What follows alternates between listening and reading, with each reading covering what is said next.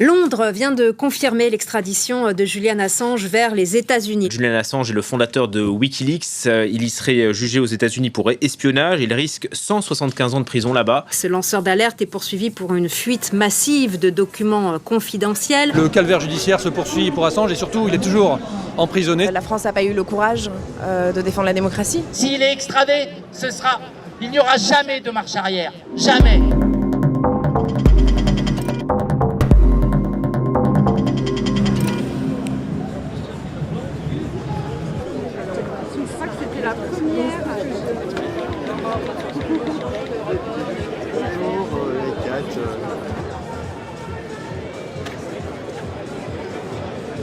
À l'occasion du 51e anniversaire de Julian Assange, on s'est dit qu'il fallait essayer de rassembler largement. Et pour la première fois, il me semble qu'il y a un embryon d'un mouvement de solidarité. Il y a une vingtaine d'organisations qui ont appelé au rassemblement aujourd'hui.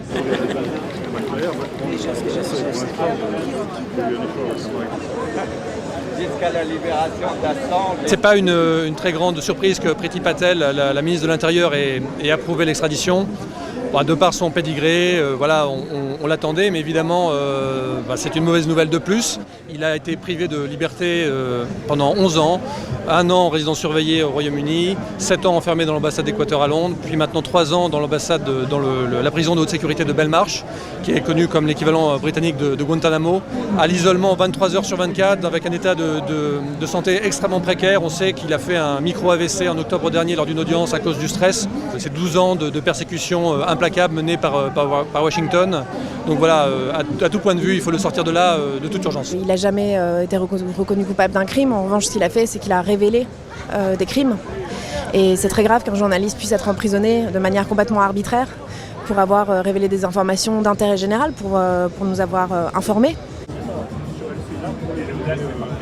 Le cas d'Assange va bien au-delà de sa situation personnelle, qui est tragique. La situation de Julian Assange est emblématique de la façon dont des pressions s'exercent aujourd'hui sur la presse. Il faut s'alarmer sur le message que ces gouvernements cherchent à faire passer, puisque le message, c'est si vous faites ce que Assange a fait, c'est-à-dire révéler notamment des crimes de guerre, de la surveillance étatique de gouvernement, vous risquez d'avoir le même sort que lui. Donc c'est aussi un message qui est très grave et il faut le combattre. Sur les 18 chefs d'inculpation, il y a la moitié repose sur un témoignage d'un farfelu islandais qui s'appelle Siggi Thordarson, dont on sait depuis le juin 2021 qu'il a admis avoir menti à la FBI pour obtenir l'immunité, avec des preuves qu'il a fournies à la presse islandaise. Il est lui-même actuellement en prison.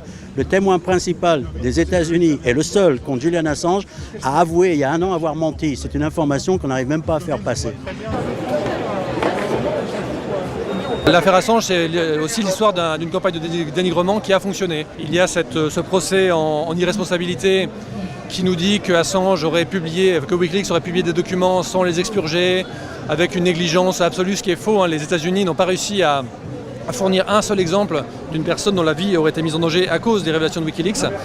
Mais manifestement, cette campagne de dénigrement a fonctionné, y compris au sein de la profession des journalistes. C'est les médias mainstream, je pense au Monde, je pense au Guardian, je pense au New York Times, qui en 2010 ont bénéficié de toutes ces révélations via Wikileaks et qui aujourd'hui l'ont totalement abandonné. Je demande à la profession, où êtes-vous ? Où êtes-vous ? L'extradition de Julian Assange serait une catastrophe pour la liberté d'informer, pour la liberté de la presse, pour l'ensemble de nos droits et pour l'ensemble des journalistes dans le monde entier. S'il était extradé, le sortir d'affaires aux États-Unis, ça sera beaucoup plus compliqué que c'est le cas aujourd'hui. Julian Assange est un combattant de la liberté et tout simplement le préambule de la déclaration de 1946 prévoit que les combattants de la liberté doivent être accueillis en France. Et il se trouve que nos gouvernements n'ont jamais accordé le droit d'asile à Julian Assange. Et ça, c'est terrible, c'est une trahison de nos valeurs. Obtenir l'asile politique, ça ne le libère pas pour autant des procédures britanniques, mais c'est un poids symbolique, diplomatique important.